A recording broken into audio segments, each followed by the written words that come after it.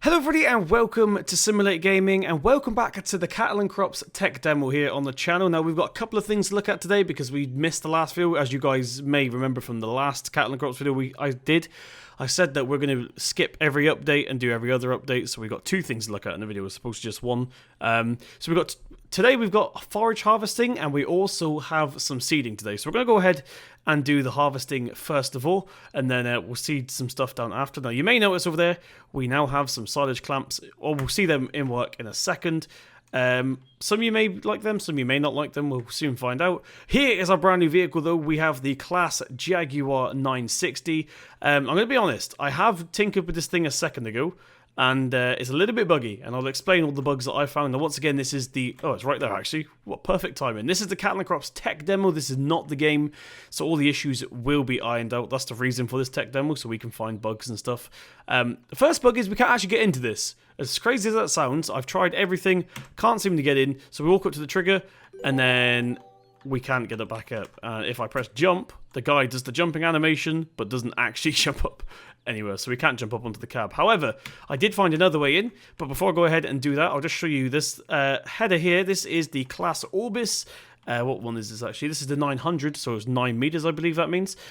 We can actually push this with our head, which is a bit interesting. So I walk up to it, and there we go, we can push it around. So hopefully that'll get fixed for the actual main game. Just push it back in line a minute. We also have a brand new trailer. Once again, this is the whole Silage wagon. Something like that. We have two of these, so we've got one waiting here as well, and I'll show you why there's two of these in a second, because we do have quite an advanced AI system in Cattle and Crops. Need some mining out. Once again, this is only a tech demo, but it is quite good. So how to get into this is you press F1, you go to Fleet, you go to the Jaguar here, you press enter, and now you can see we're in the Jaguar. It does have IC as well, so we can go ahead and open the doors and all that good stuff. Now there is a new feature as well, which I didn't realise until earlier on. If we click this here, we can actually adjust the mirrors as and when we please. So there we go, we can move the width and stuff here. Hopefully that's coming out well on the recording. We can go up and down there, so we go up like that for like road mode, I suppose, so you can see all the cars and stuff that are behind you. And we also have the width as well, so you can make it point the auger pipe if you want. That's spokes mirrors, by the way. So let's go ahead. This is the four-wheel drive button here, toggle four-wheel drive. We have the engine, so we'll go ahead and get it turned on. You can see she comes alive. She's a very, very, very pretty interior. Like, the modelling on this is fantastic. So let's go ahead and flip to third person real quick. We'll go ahead and get this header connected up here by pressing Q. Once again, there's no manual attach functions for the combines. In fact, there's none in the game at the moment, but there is some planned. Once again, there is a video on the Cattle and Crops channel if you want to see the manual attach they have planned. We'll go ahead and get this thing unfolded here by pressing X, like so. That thing comes out with nice animations. Now, one thing I am really, really chuffed about this game is the animations when you're actually harvesting, and I'll show you that in a second. So I actually have my render distance, because I'm recording, I've turned my crop render distance down. Now, that will be optimized, of course, by the time the game is released. I'm also stuck again. There we go, he's doing his jumping animation. So this field is full of crops. However, I've got the render distance turned down just for recording. So as you can see, we run along and it gets a bit busy there. Now, one thing I did just notice then, literally then, is if I run through the crops, they actually move out the way. They're a bit clicky, but it's still quite a good feature that we don't have in other farming games. Now, to get back in, I just realised I have to go back into here and do this. Right, let's go ahead and do enter. Cool. So let's go ahead and get this thing. First of all, we need to lower her. So we'll go ahead and lower this now like that by pressing V. Press B to turn her on. Now the animations, it all spins and all that good stuff. We have the pipe that's already out. Now you can see that this tractor has automatically started to turn in towards us. He's going to go on to our left-hand side here and follow us down. Now you may notice at the toolbar here, if I just remove the mouse real quick, we have slot 1, it's got a pause button. Slot 2, it's got a play button with a picture of a trailer. Then we also have a couple more here, which I'm going to go ahead and drag down real quick. Is it going to let us actually? It might be a little bit too early. That's pause. We want this one here, so we're going to put this onto slot 3. And where's the other one? This one here, slot 4. Put this one onto slot 4. And I'll show you what these are in a second. But first of all, let's begin harvesting. Hopefully the AI will come ahead and sort itself out. Come on, you're going to sort yourself out. Now, one thing I have noticed about the AI as well is because we're doing the start of the field here, he's going to go behind us. So he can obviously tell that the field boundaries is right here. So instead of going to our side, he's going to come behind us. And then on the next pass, because we'll have the dirt here, he will actually drive on the side of us. So it's almost as if it knows where the field is, which of course will be good when we get modded maps and stuff, like British style maps. So you don't have to worry about a grass headland or whatever. They automatically know. So we'll quickly go ahead and finish this pass here. Once again, you can see the corn popping in there, and that does not look like that when I'm not recording. Unfortunately, Shadowplay doesn't like this game, so I've had to use Marilla's Action to record this, and that is quite CPU intensive. But as the animations, you can see all the corn doesn't just disappear when you drive into it. It actually folds itself in and goes in that way. Right, now we want to go ahead and go to the edge of the field here a minute. Let me just get my bearings.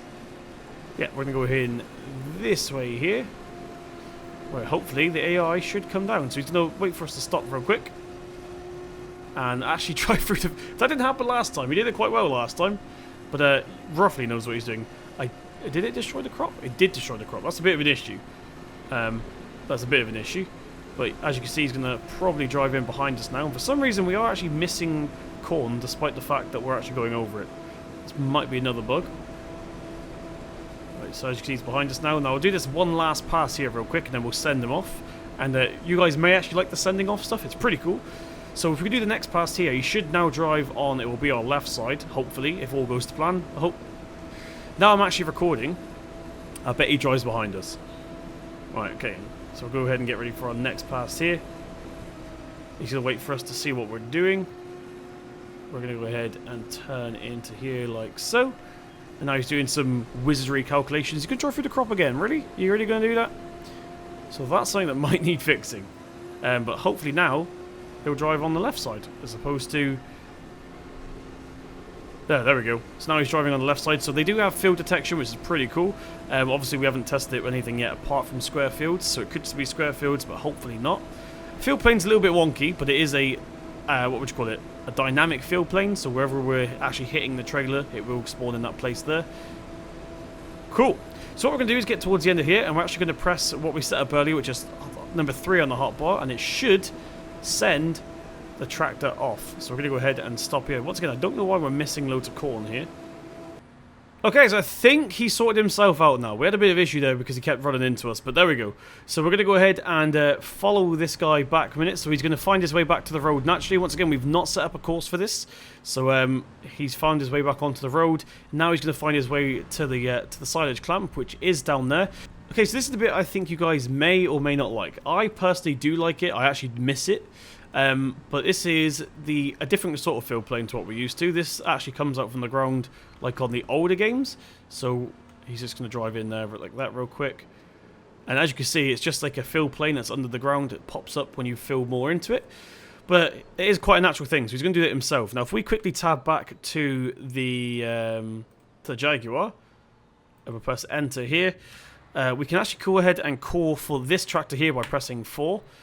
So hopefully that tractor will come over now. Let's go ahead. We got some movement. Cool. Okay, so here comes the other class right now. So he's going ahead and now switch places with that one. So the first one's actually came back already. But let's just get this turned on. We'll get this a little bit here. So yeah, the first one has come back, but we now have the second one. So this is going to be quite cool. It's like a built-in course detection system, which is quite cool. So somehow they know where the roads are and stuff. But that's pretty much how Silage works and how we get a little bit of a sample now of the AI working. Once again, this is not fully fixed. This is just a bug test version, basically. So we're looking for bugs like this. So I don't know what that guy's doing, actually. I think I accidentally set him away again. Yeah, I pressed the wrong button. GG! Okay, buddy, so after a quick reload, we are now ready to jump on with our next task, which as you can see, the field is now completely clear. We've got a couple bits of corn left there, but now we've got to go ahead and sow some more crops into the ground right now. So we have, I can't remember which tractor came first. So the other tractors that we have were the Arion 970s, Claas Arion 970s. This is the Axion, sorry, and this is the Arion 530. So we have two classes, and we have a Mercedes, and now we also have the Jaguar as well, which is pretty cool. So we're going to go ahead and jump into this. This is the Hammer, what's that say? Corn King 6000. So that's the new brand of Seadrill that we have. This is in air sealed. This is an air seeder, so this is the only one we have in-game at the moment, and we could go ahead and see that we have our seed pallets over there ready to go ahead and pick up. So let's go ahead and jump in to the 530 first of all. We'll use IC to do this. There we go, we'll open the door here. We'll jump into it, and let's go ahead and reset the FOV. I don't know why it keeps doing that. Let's go ahead and close the door here. Nope, maybe not. There we go. I was looking in the wrong direction. Once again, this also has the adjustable mirrors, which is pretty cool. And this one actually has another dimension. What's this third dimension here? Oh, that's going way too far. Stop. Stop. There we go. This takes a while to get used to. Okay, that's moving the actual column in and out, which is pretty cool. Jaguar didn't have that. So let's go ahead and get this quickly booted up. Like so. We've also got, what's that? That's toggle four-wheel drive. Missed what that one was. This is the column. Yep, column height, column rotation, and that is the front wipers. Cool. Let's go ahead and put this thing into reverse real quick, and we'll pick up the seed tank part of this air seeder.